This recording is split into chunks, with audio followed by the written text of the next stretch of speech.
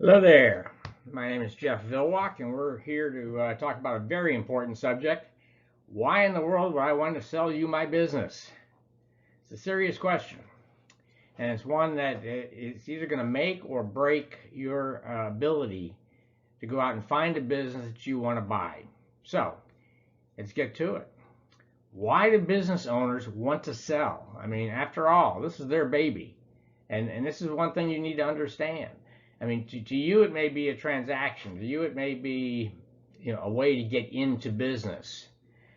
To the owner, I mean, it is like their child. They have built this thing. They have grown it. They've done whatever they have done with it. But they have a real emotional attachment to it. So you've got to find out why they would want to sell. And there are typically about five main reasons people want to sell a business. First one, retirement.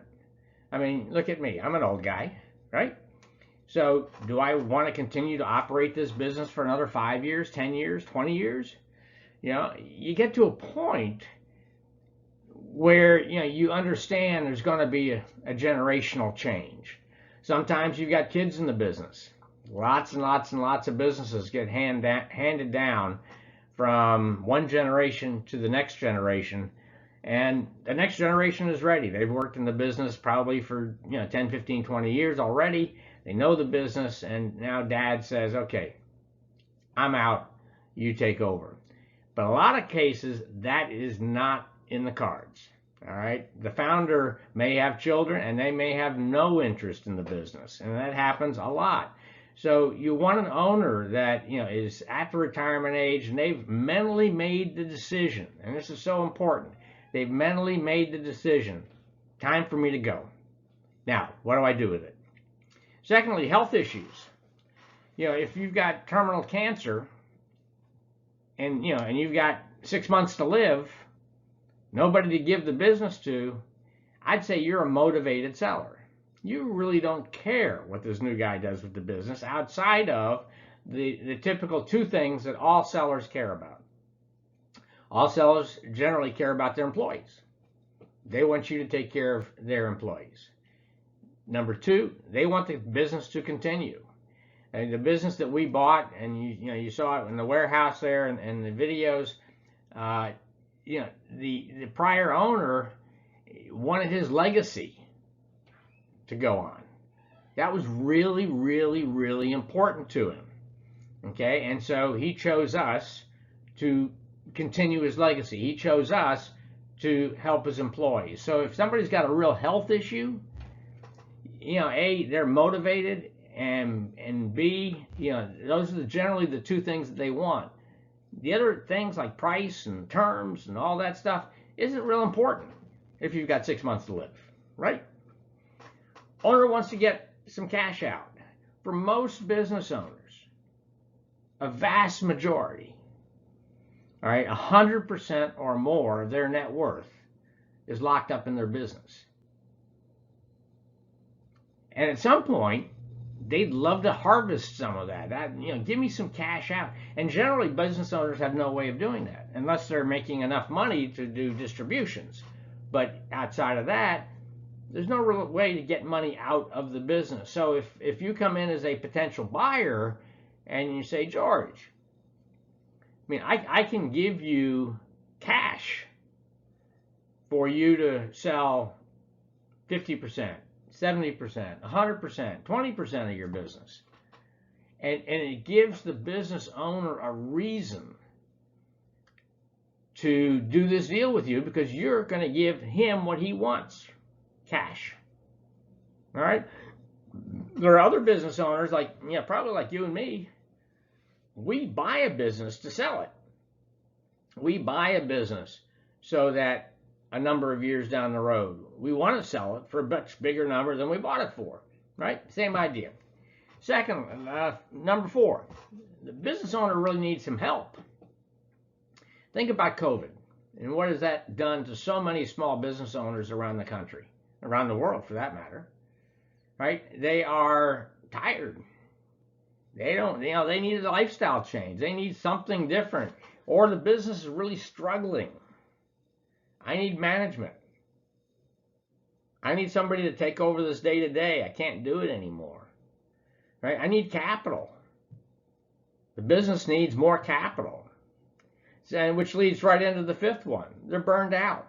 Again, COVID's a perfect example of that. Somebody's been working hard.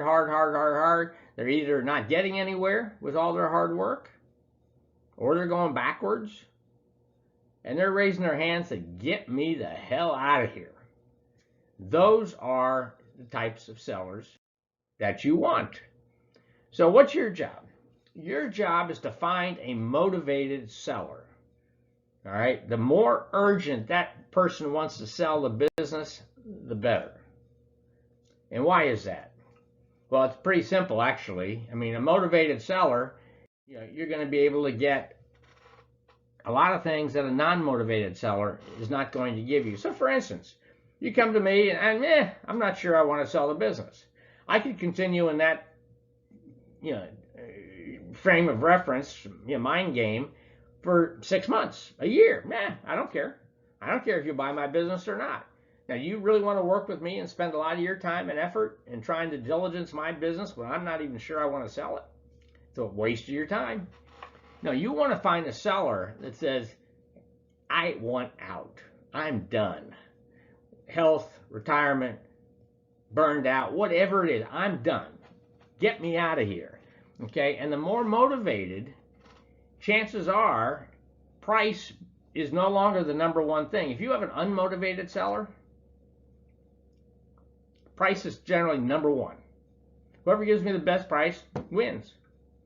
But if you are a motivated seller, price doesn't make sense, as much difference again. Go back to my example that somebody who's got terminal cancer has got 6 months to live.